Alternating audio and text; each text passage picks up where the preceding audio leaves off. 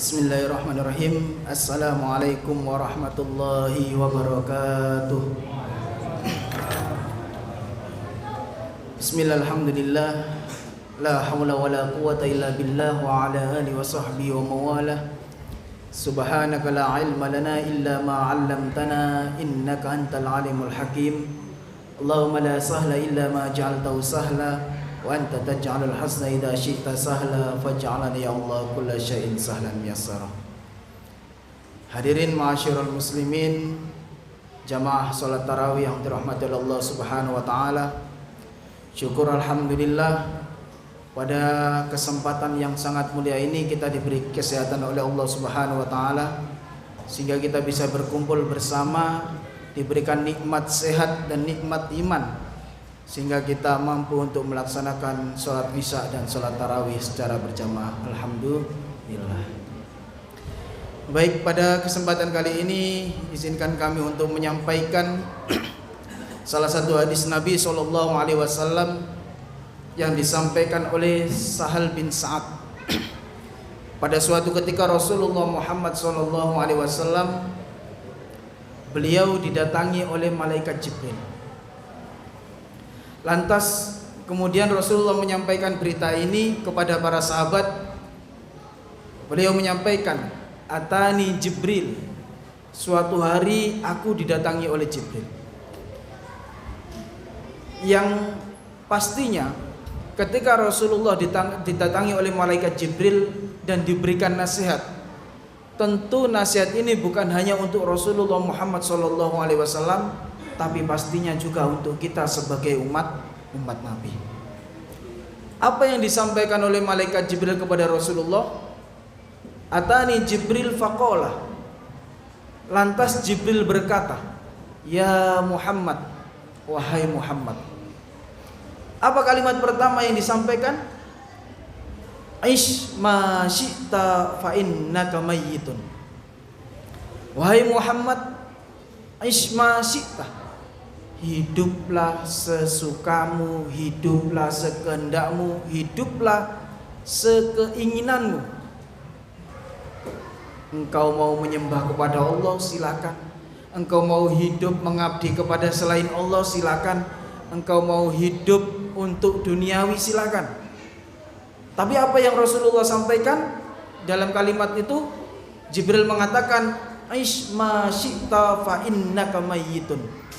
Tapi ingat, wahai Muhammad, pada saatnya nanti engkau pasti akan wafat dan akan menjadi mayit.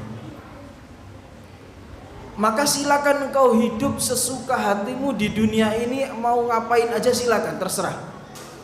Tapi ingat, Rasulullah menyampaikan dan Rasulullah mengingatkan kepada kita, hayataka qabla mautika.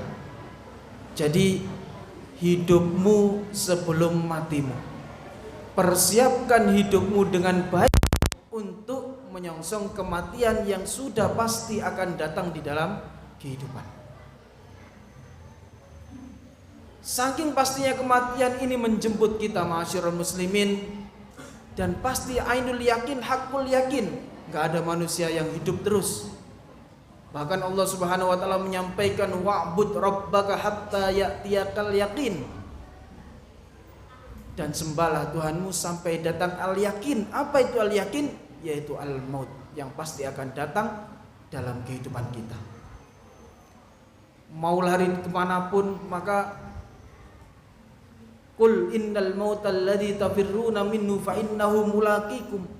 Kemanapun kita lari, pasti kalau sudah waktunya kita akan nggak bisa menghindarinya. Meskipun kita sembunyi, meskipun kita berlindung dari benteng yang paling kokoh pun, walaupun kuntum fi burujim musayyadah, pasti akan datang. Maka kehidupan kita di dunia ini, ma'asyiral muslimin, kata Rasulullah Muhammad SAW, kita aja, Rasul aja yang di manusia yang sangat disayangi oleh Allah Subhanahu wa taala diberikan hidup selama berapa tahun? 63 tahun. Maka Rasul menyampaikan, "Inna ummati sittin ila sabin." Paling umurnya umatku itu 60-70 tahun. Nah, Rasulullah dan hidup kita di atas muka bumi ini jauh lebih sebentar daripada kehidupan kita di dalam bumi, di dalam tanah. Rasulullah hidup di atas tanah 63 tahun. Sekarang Rasulullah sudah berumur 1400-an tahun lebih berada di bawah tanah.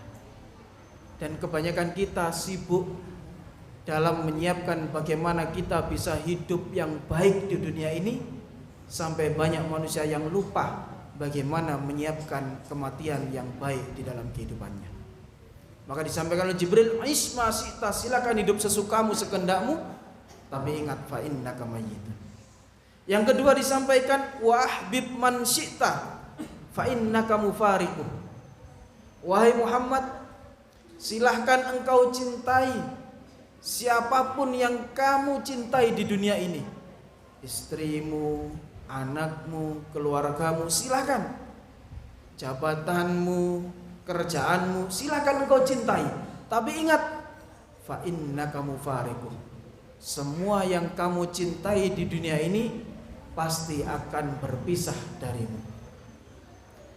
Karena ketika kita sudah wafat nanti nggak ada apapun yang akan mengikuti kita. Bahkan ketika kita meninggal, yatsba'u 'alal janazah salasah, yang hanya akan mengikuti jenazah di dalam kubur itu hanya 3. Apa itu? Ahluhu wa maluhu wa amaluhu. Dan yang kedua ini pergi kecuali fayabqa wahid, yaitu amaluhu. Maka ketika seorang meninggal, dia akan meninggalkan ahluhu, keluarganya. Keluarga yang sangat mencintai dan dicintainya hanya menghantar kita sampai ke liang lahat. Gak ada sesayang-sayangnya anak kepada bapak, sesayang-sayangnya istri kepada suami, gak ada satupun yang akan mau menemani seorang mayit berada di dalam kubur. Pasti setelah dikubur semua pergi kembali, keluarga. Kemudian yang ikut apalagi? Wa maluhu, harta kita.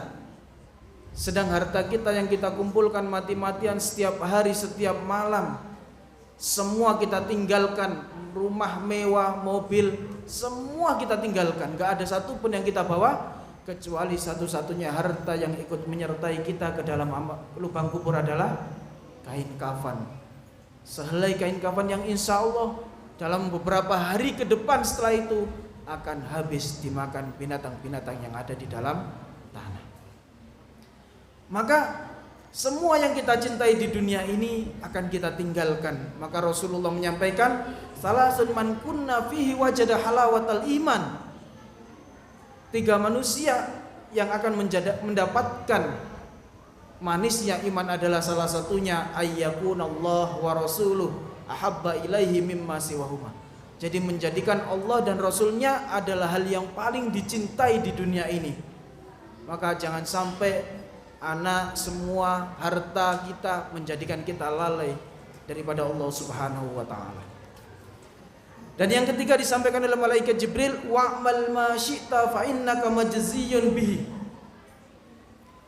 Berbuatlah sesukamu, mau mabuk-mabukan silakan, mau bohongin orang silakan, mau mendolimi orang silakan, mau menghina orang silakan.